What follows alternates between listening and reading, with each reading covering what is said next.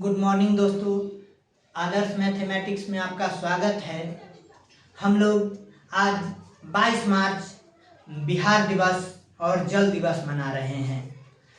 हमारा राज्य बिहार बंगाल प्रांत से 22 मार्च 1912 को एक अलग प्रांत बना, जो आज हम लोग 111वीं स्थापना दिवस मना रहे हैं।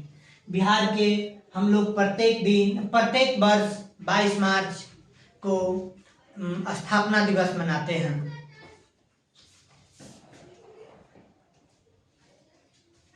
आज का थीम युवा शक्ति बिहार का प्रगति है। यानी आज 2023 का बिहार दिवस के पर आज का थीम युवा शक्ति बिहार का प्रगति, यानी युवा के शक्ति से ही बिहार की प्रगति हो सकती है। बिहार राज्य जो है वह भारत के सभी नामों का संयोग करके बना हुआ है। बिहार का देखिए, बिहार बी से भारत होता है, आई से इंडिया, एच से हिंदुस्तान, आर से आर्यावर्त और आर से रेवाखंड होता है। बौद्ध भिक्षुओं को अधिकता के कारण विहार करने के कारण हमारा राज्य का नाम बिहार पड़ा। हमारा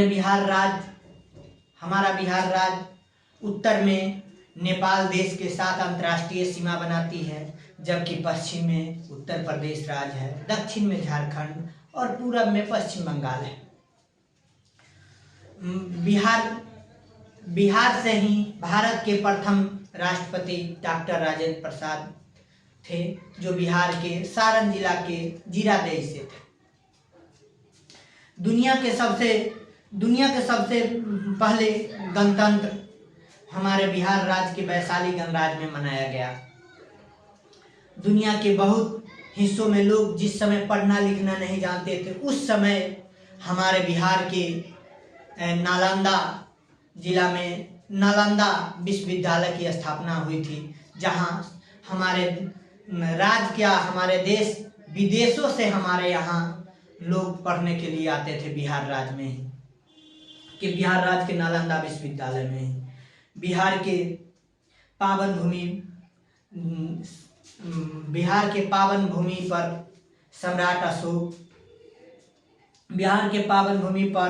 सम्राट अशोक, अजातशत्रु, बिंबिसार और अनेक महान राजाओं का जन्म हुआ है। सिखों के 10वें गुरु गोविंद सिंह का जन्म बिहार की राजधानी पटना में ही हुआ है। आज भी भारत के प्रतिष्ठित परीक्षा जैसे यूपीएससी, बीपीएससी में यूपीएससी से क्वालिफाई करके, जैसे भारतीय प्रशासनिक पदाधिकारी यानी आईएएस, आईपीएस, हमारे देश के अलग अलग राज्यों में, साथ साथ बिहार में भी अधिकांश आईएएस, आईपीएस सबसे अधिक सभी राज्यों की तुलना में बिहार से ही अधिक निकलते हैं। आर्यभट्ट जो शून्य के आविष्कार किए थे, वो भी बिहार के ही थे। वशिष्ठ नारायण सिंह जो गणितज्ञ थे, जिन्होंने आइंस्टीन के सिद्धांत को भी चुनौती दिया था, उन्होंने भी बिहार के ही थे। गांधी जी भी हमारे देश को आजाद कराने में चंपारण की धरती ही सत्याग्रह के लिए चुने थे। ये सब हमारे बिहार की उपलब्धियां हैं। लेकिन हमारा शिक्षा व्यवस्था पहले अधिक सुदृढ़ हुआ करते थे, लेकिन हाल के दिनों में कुछ वर्षों में हमारे राज्य की शिक्षा व्यवस्था कुछ लचर जाने के कारण हमारे राज्य की साक्षरता दर में भी कमी आई है, और राज्यों की अपेक्षा कमी नहीं आई है, लेकिन और राज्य की अपेक्षा में हमारा राज्य की साक्षरता दर कम है, जिसके कारण अशिक्षित होने के कारण लोग पलायन करते हैं दूसरे राज्य में। हमारे राज्य में एक और समस्या है, जो उद्योग की कमी के कारण हमारे राज्य से दूसरे राज्य में लोग पलायन करने के लिए मजबूर हो जाते हैं। आज हम लोग 22 मार्च जल दिवस के रूप में भी मनाते हैं।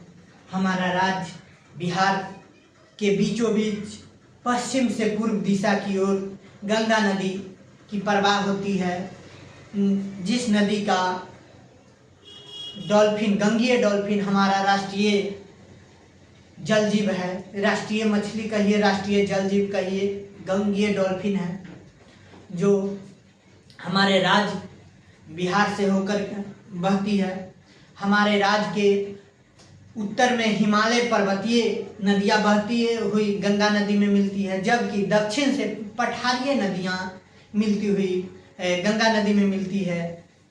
हमारा राज्य का बिहार राज्य में हमारे गंगा नदी के उत्तरी भाग में यानी उत्तर बिहार में 4 महीना यानी जून जुलाई से लेकर अक्टूबर नवंबर तक बाढ़ से ग्रसित रहता है, जबकि दक्षिण बिहार में सुखाड़ से परेशानी होती है। यानी कि उत्तर बिहार में बाढ़ से त्रस्त लोग रहते हैं और दक्षिण बिहार में सुखाड़ से त्रस्त रहते हैं। इसको लेकर हमारे राज्य के मुख्यमंत्री श्री नीतीश कुमार तुरंत ही रबर डैम का उद्घाटन किए, जो उत्तर बिहार से दक्षिण बिहार के गाया, जो फल्गु नदी में रबर डैम के माध्यम से पानी पहुंचाने के काम किया जाता है। वहाँ जो अपने पूर्वजों को लोग पूजा करते हैं, वहाँ जाकर वहाँ पर पानी पहुंचाया गया। और इसी के माध्यम से सरकार जब इधर बाढ़ से त्रस्त रहे और उधर सुखाड़ से, तो इस डैम के सहारे दक्षिण भारत में भी पानी को इधर से नदी के रबर डैम के माध्यम से दक्षिण भारत में पहुंचाने से पानी भी इधर कंट्रोल हो जाएगा और उधर पानी का सुखाड़ से भी परेशानी खत्म हो जाएगी। इससे हम कह सकते हैं कि हमारा राज्य बिहार धीरे धीरे अभी विकास करते जा रहा है और हमें गर्व भी है कि हम एक बिहारी है। जय हिंद, जय बिहार।